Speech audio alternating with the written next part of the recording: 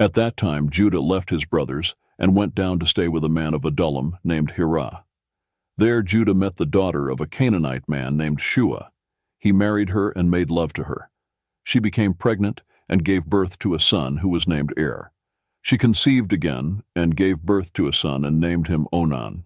She gave birth to still another son and named him Shelah. It was at Kezib that she gave birth to him. Judah got a wife for Er, his firstborn, and her name was Tamar. But Er, Judah's firstborn, was wicked in the Lord's sight, so the Lord put him to death. Then Judah said to Onan, "Sleep with your brother's wife and fulfill your duty to her as a brother-in-law to raise up offspring for your brother." But Onan knew that the child would not be his, so whenever he slept with his brother's wife, he spilled his semen on the ground to keep from providing offspring for his brother. What he did was wicked in the Lord's sight. So the Lord put him to death also. Judah then said to his daughter-in-law Tamar, "Live as a widow in your father's household until my son Shelah grows up." For he thought, he may die too, just like his brothers. So Tamar went to live in her father's household. After a long time, Judah's wife, the daughter of Shua, died. When Judah had recovered from his grief, he went up to Timnah, to the men who were shearing his sheep, and his friend Hirah the Adullamite went with him. When Tamar was told, "Your father-in-law is on his way to Timnah to shear his sheep," she took off her widow's clothes, covered herself with a veil to disguise herself, and then sat down at the entrance to Enaim, which is on the road to Timnah. For she saw that, though Shelah had now grown up, she had not been given to him as his wife. When Judah saw her, he thought she was a prostitute, for she had covered her face. Not realizing that she was his daughter-in-law, he went over to her by the roadside and said, "Come now, let me sleep with you." "And what will you give me to sleep with you?" she asked. "I'll send you a young goat from my flock," he said. "Will you give me something as a pledge until you send it?" she asked. He said, "What pledge should I give you?" "Your seal and its cord, and the staff in your hand," she answered. So he gave them to her and slept with her, and she became pregnant by him. After she left, she took off her veil and put on her widow's clothes again. Meanwhile, Judah sent the young goat by his friend the Adullamite in order to get his pledge back from the woman, but he did not find her. He asked the men who lived there, "Where is the shrine prostitute who was beside the road at Enaim?" "There hasn't been any shrine prostitute here," they said. So he went back to Judah and said, "I didn't find her. Besides, the men who lived there said, 'There hasn't been any shrine prostitute here.'" Then Judah said, "Let her keep what she has, or we will become a laughingstock. After all, I did send her this young goat, but you didn't find her." About 3 months later, Judah was told, "Your daughter-in-law Tamar is guilty of prostitution, and as a result, she is now pregnant." Judah said, "Bring her out and have her burned to death." As she was being brought out, she sent a message to her father-in-law. "I am pregnant by the man who owns these," she said. And she added, "See if you recognize whose seal and cord and staff these are." Judah recognized them and said, "She is more righteous than I, since I wouldn't give her to my son Shelah." And he did not sleep with her again.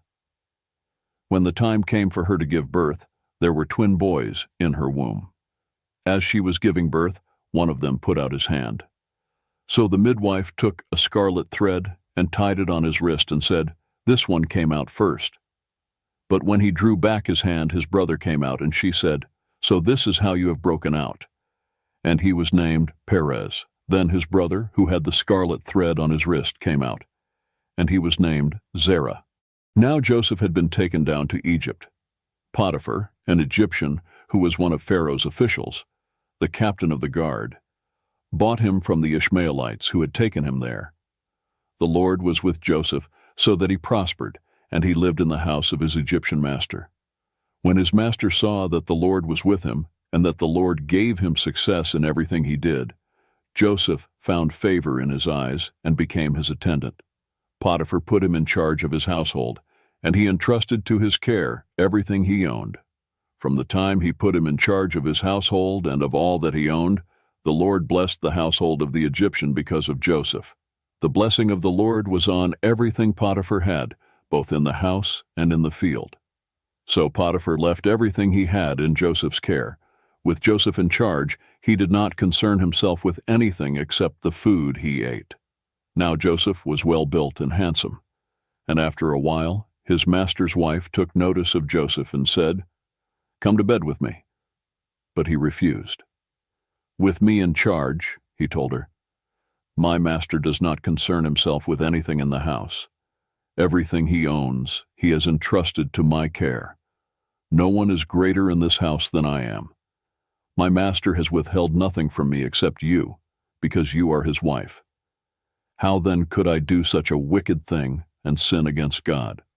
And though she spoke to Joseph day after day, he refused to go to bed with her or even be with her. One day he went into the house to attend to his duties, and none of the household servants was inside. She caught him by his cloak and said, "Come to bed with me." But he left his cloak in her hand and ran out of the house. When she saw that he had left his cloak in her hand and had run out of the house, she called her household servants. "Look," she said to them, "this Hebrew has been brought to us to make sport of us. He came in here to sleep with me, but I screamed. When he heard me scream for help, he left his cloak beside me and ran out of the house." She kept his cloak beside her until his master came home. Then she told him this story. "That Hebrew slave you brought us came to me to make sport of me.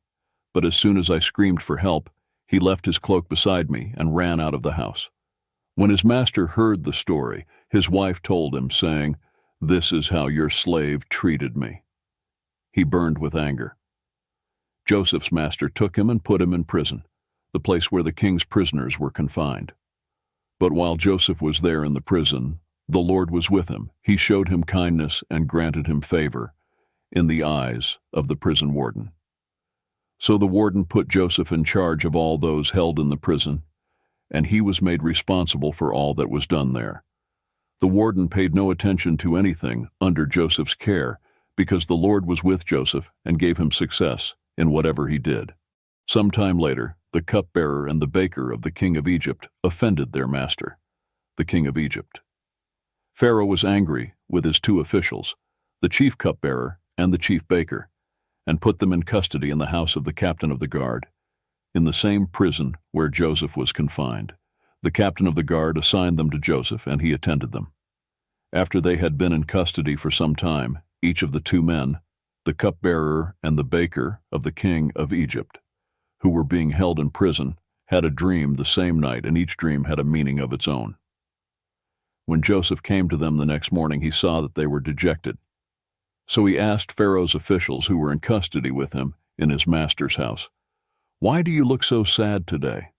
"We both had dreams," they answered, "but there is no one to interpret them." Then Joseph said to them, "Do not interpretations belong to God? Tell me your dreams." So the chief cupbearer told Joseph his dream. He said to him, "In my dream I saw a vine in front of me, and on the vine were 3 branches. As soon as it budded, it blossomed, and its clusters ripened into grapes. Pharaoh's cup was in my hand, and I took the grapes, squeezed them into Pharaoh's cup, and put the cup in his hand." "This is what it means," Joseph said to him. "The 3 branches are 3 days. Within 3 days, Pharaoh will lift up your head and restore you to your position, and you will put Pharaoh's cup in his hand, just as you used to do when you were his cupbearer. But when all goes well with you, remember me and show me kindness. Mention me to Pharaoh and get me out of this prison. I was forcibly carried off from the land of the Hebrews, and even here I have done nothing to deserve being put in a dungeon." When the chief baker saw that Joseph had given a favorable interpretation, he said to Joseph, "I too had a dream. On my head were 3 baskets of bread. In the top basket were all kinds of baked goods for Pharaoh, but the birds were eating them out of the basket on my head." "This is what it means," Joseph said. "The 3 baskets are 3 days. Within 3 days Pharaoh will lift off your head and impale your body on a pole, and the birds will eat away your flesh." Now the 3rd day was Pharaoh's birthday, and he gave a feast for all his officials. He lifted up the heads of the chief cupbearer and the chief baker in the presence of his officials. He restored the chief cupbearer to his position so that he once again put the cup into Pharaoh's hand. But he impaled the chief baker, just as Joseph had said to them in his interpretation. The chief cupbearer, however, did not remember Joseph. He forgot him.